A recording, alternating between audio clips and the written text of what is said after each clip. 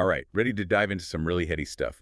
Today we're looking at the correspondence theory of truth, Ah, a classic. a classic, and something I'm sure you're intimately familiar with as a philosopher. But we're going deeper than the surface level. We're using the Stanford Encyclopedia of Philosophy's entry on this as our guide. Sound like a good roadmap. Exactly. We're going to unpack all those historical debates and philosophical arguments that surround it and really wrestle with that central question. What makes a statement true? What makes it correspond to reality? Well, it's fascinating how much debate something seemingly simple as the correspondence theory has caused. Right. You'd think truth is truth, right? It's not quite that straightforward. It's less like a single idea and more like a whole bunch of theories all grouped together. More like a family of theories then. Yeah, exactly. A family of theories, all with their own little quirks. And as philosophers, we love to examine those little quirks, don't we? We do. But I think before we get lost in the weeds, it helps to start with the core intuition behind it. Okay, back to basics. Back to basics. The idea that truth is somehow connected to reality. Okay, that makes sense. A statement, any statement, is true if and only if it corresponds to, reflects, how things actually are. Okay, that seems pretty simple. It sounds simple, but like anything in philosophy, it gets complicated quickly. So how do these different versions of the theory flesh out this connection? How many ways are there to skin this philosophical cat? Well, a key distinction lies in what we're even talking about when we say something is true or false, the truth bearers. Okay, the things that can be true or false. Right. Some theories are what we call object-based. These focus on judgments or beliefs. So what we think or believe about something. Exactly. And they say that, for example, a judgment is true if the predicate corresponds to a property of the object. So if I say the sky is blue, that judgment is true if the sky actually possesses the property of being blue. Exactly. Seems straightforward enough. It Yeah. does. But what about sentences that don't fit neatly into that subject-predicate structure? Like the cat sat on the mat. There's a relationship there, not just a property. Right. That's where fact-based theories come in. Okay, so they zoom out a bit. They do. Instead of individual objects and properties, they focus on the entire state of affairs, a whole situation. I see. So instead of just a single object being blue, we're talking about the whole scenario of the sky being blue. Precisely. They argue that truth bearers correspond to facts. Facts. Seems simple enough. It does, but then we have to ask, what even is a fact? Yeah, that opens up a whole other can of worms, doesn't it? It really does. Critics argue that talking about facts like that relies too much on language, that facts are these weird sentence-like things that only exist because we have true statements. And then there are those infamous funny facts, right? Oh, yes, the funny facts. Those are a real headache. What fact corresponds to a negative statement? What about a conditional? These things get very messy very quickly. As a philosopher, I can feel my head starting to spin a little. But this is exactly what we love to grapple with, isn't it? It is. So the question becomes, how do we move forward? Do we try to tame these funny facts, or do we need a whole new approach to truth? Or maybe, are we asking the wrong questions entirely? It's entirely possible, and that's where things get really interesting. Some philosophers, they double down and try to refine the correspondence theory, find ways to account for all these tricky cases. And others go a completely different route. They do. They propose rival theories of truth. Coherence theory, for example, or pragmatism. Each with their own strengths and weaknesses, I'm Well, sure. absolutely. Plenty to debate there. Before we go down that road, though, I want to stick with the correspondence theory for a bit. This idea of correspondence itself, I think we need to unpack that a bit further. It's not just about matching words to the world one-to-one, is it? Not at all. It seems like there's a lot more going on under the surface. So how has this concept of correspondence been interpreted and challenged throughout the history of philosophy? You're absolutely right, and that's a perfect place to pick up next time. We'll dive into the nuances of the correspondence relation itself and see how it holds up under scrutiny. Sounds like a plan. Until then, keep those philosophical gears turning. So last time we were starting to get into the weeds of this whole correspondence relation thing. We were, and I think it's about to get even weeder. Oh, it absolutely is, but that's the fun part, right? Absolutely. So we're trying to figure out what it really means for a statement to correspond to reality.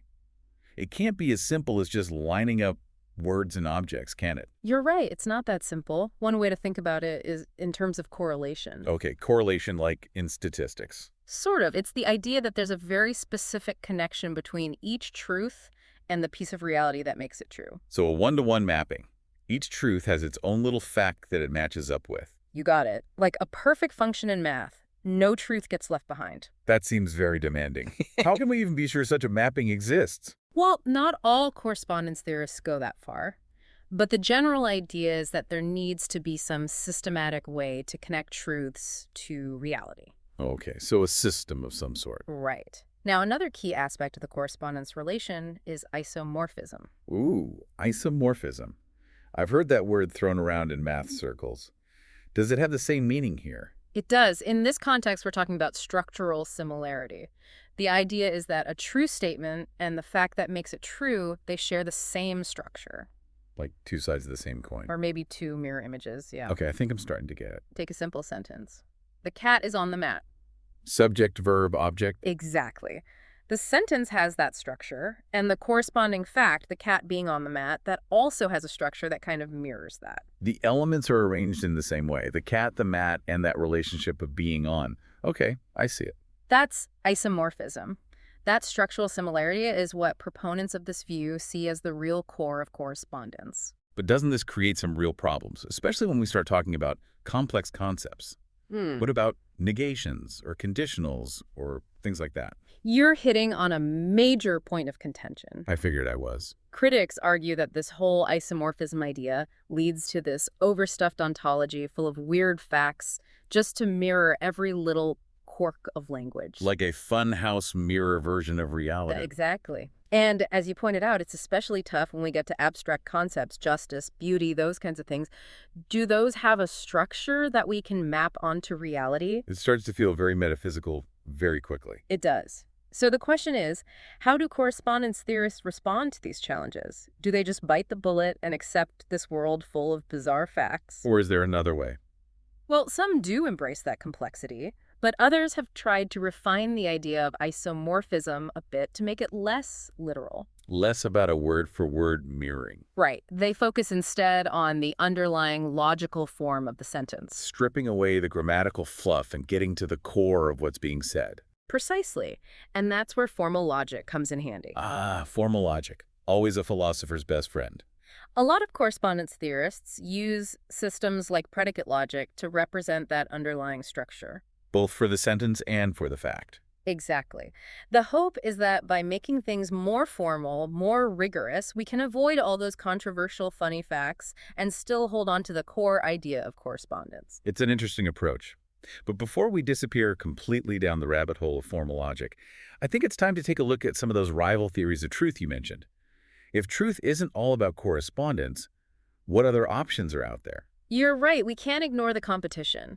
There are a few strong contenders out there vying for the title of best explanation of truth, each with their own strengths and weaknesses. Well, let's hear them then. I'm ready to expand my philosophical horizons a bit. What's the first contender on our list? Let's start with a big one, the coherence theory of truth. This theory shifts the focus away from external reality and towards the internal consistency of our beliefs. So instead of looking for a match between what we say and the world, we're looking at how well our beliefs fit together. Exactly. Think of it like a jigsaw puzzle. Okay, I like puzzles. You're judging a piece not by comparing it to the picture on the box, but by how well it fits with the other pieces around it. I see. So it's all about internal consistency. Exactly. Coherentists argue that we can't really step outside our own minds and compare our beliefs to reality directly. Okay, that makes sense. We're always stuck inside our own heads in a way. We are. So they say truth is about how well our beliefs cohere with each other, how they form this interconnected web. But doesn't that make truth pretty subjective? Mm. What if my whole web of beliefs is based on a faulty premise? That's the big challenge for coherence theory. How do you avoid that slippery slope into relativism, where truth is just whatever you happen to believe? And how do you explain the fact that we can be wrong, even when our beliefs are perfectly consistent? That's another tough one. Sometimes new evidence comes along and shatters our perfectly coherent web of beliefs. So coherence theory has its own set of hurdles to overcome. It does, but it's still a powerful contender in the truth debate. Okay, so what about that other contender you mentioned, pragmatism? How does that one approach truth? Pragmatism is all about practicality. It's less about mirroring reality and more about what works. Truth as a tool. Exactly. Pragmatists like William James, They argue that a belief is true if it's useful, if it helps us navigate the world and achieve our goals. So it's about effectiveness rather than accuracy. That's a pretty big shift in perspective. It is. Pragmatism moves away from all that heady metaphysics and focuses on lived experience and action. Truth isn't about some abstract correspondence, it's about what helps us live our lives. Exactly. But isn't that just as subjective as the coherence theory? What's useful for one person might not be useful for another. That's a common criticism, and it's a valid one. And how do we explain being wrong in a pragmatist framework? Surely a belief can be useful even if it's false. Oh, absolutely. We've all clung to beliefs that seem to work in the moment, only to find out later that they were leading us astray. So pragmatism also has its weaknesses. It does, but it still provides a valuable perspective on truth. It seems like all these theories, correspondence, coherence, pragmatism, they all offer a different lens through which to view this whole idea of truth. And they all have their strengths and weaknesses. That's what makes this such a fascinating debate. There's no easy answer. As a philosopher, I appreciate that. It forces us to think critically and consider all the angles. Exactly. It's not about finding the one right answer. It's about the journey of exploration and understanding. Well said. But before we get too comfortable with these alternatives, I think we should circle back to the correspondence theory. We were talking about those attempts to refine and modify it. Yes, there were a few interesting approaches that tried to address those issues we were discussing. The problem of funny facts, the complexities of isomorphism. Right, those were some pretty big stumbling blocks. Mm. So how did philosophers try to get around them? Well, one influential approach is called logical atomism. Logical atomism. It sounds like we're getting down to the atomic level of truth here. We are, in a way. Philosophers like Bertrand Russell and Ludwig Wittgenstein, they championed this idea. And what was their goal? They wanted to ground truth in a more fundamental level of correspondence, one that avoided those pesky funny facts. Okay, that makes sense. But how did they go about doing that? Did they just deny the existence of facts for negative statements or conditionals? Not quite. Their strategy was to focus on a special class of truth bearers. They called them elementary propositions. The elementary propositions, the building blocks of truth. Exactly. These are the simplest, most basic statements like, this apple is red, or Socrates is a man. Okay, so very straightforward sentences. Right. And according to logical atomists, only these elementary propositions have a one-to-one correspondence with atomic facts. So we're back to that perfect mapping, but only for these very simple statements. You got it. It's like saying we can only compare the individual Lego bricks to the instructions, not the entire spaceship we're trying to build. And the truth of more complex sentences is somehow derived from these elementary propositions. Precisely. They argued that the truth of complex sentences, ones with negations, conjunctions, all that stuff, is explained in terms of the truth or falsity of their atomic parts. It's like saying we can build the entire spaceship just by understanding how the individual Lego bricks fit together. That's a great analogy. Logical atomism aims to ground all truth in these fundamental correspondences between elementary propositions and atomic facts, sidestepping the need for those troublesome funny facts altogether. It's a clever approach, but I'm sure it's not without its problems. What were some of the challenges that logical atomism faced? It does have its problems. Like, how do we even define what counts as an elementary proposition? Where do we draw the line? Yeah, that seems fuzzy. And what about those tricky sentences that don't seem to reduce neatly to atomic parts, like counterfactuals? Right. If wishes were horses, beggars would ride. Hard to break that down into a bunch of atomic facts. Exactly. Or universal generalizations like, all ravens are black. Do we need a separate atomic fact for every raven? Those are tough questions, no doubt. Logical atomism, elegant as it is, runs into trouble when faced with the real complexities of language. It seems like every time we solve one problem, another one pops up. That's philosophy for you. But the quest to refine the correspondence theory doesn't stop there. There's another approach, even more radical than logical atomism. It's called logical subatomism. Subatomism. We're going even deeper down the rabbit hole. We are. This one breaks things down even further. Not just to atomic propositions, but to their subsentential components. Names, predicates, those sorts of things. Exactly, the building blocks of meaning. So instead of sentences corresponding to facts, we're talking about words corresponding to the world. In a way, yes. Subatomists focus on semantic relations, like reference how a name picks out an object. Socrates refers to the guy, Socrates. Right. Or satisfaction, how a predicate applies to an object. Wise applies to Socrates. Exactly. They build up the truth of sentences from these basic connections. So Socrates is wise is true because Socrates refers to Socrates, and wise is satisfied by Socrates. We're cutting out the middleman, the fact. That's the idea, a more streamlined approach. Truth grounded directly in the relationship between language and the world. It's very elegant. But I can't help but think there are still problems lurking. What about those tricky sentences like belief attributions? John believes that the Earth is flat. Yeah, those are tough.